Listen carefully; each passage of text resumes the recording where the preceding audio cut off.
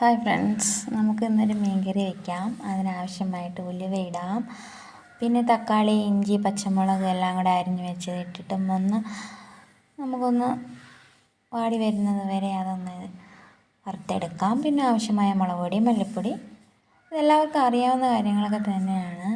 പക്ഷേ എന്നാലും ഞാനിപ്പോൾ ഇങ്ങനെ ഒരു വീഡിയോ ചെയ്യാനുള്ള കാര്യം എന്ന് വെച്ചാൽ, നമ്മൾ എത്ര വീഡിയോസൊക്കെ ഇട്ടാലും ആരും കാണാറൊന്നുമില്ല.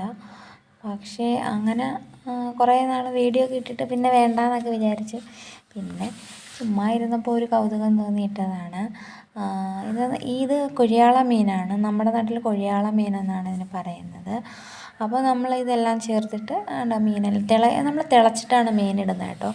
അപ്പോൾ അതെല്ലാം തിളച്ചിട്ട് പിന്നെ ഒന്ന് അടച്ച് വെച്ച് ഒന്ന് വേവിക്കുന്നുണ്ട്. നമുക്ക് മീൻ റെഡി ആയിട്ടുണ്ട്. മീൻ കറി നല്ല അടിപൊളി സ്വാദായിട്ടുള്ള മീൻ കറി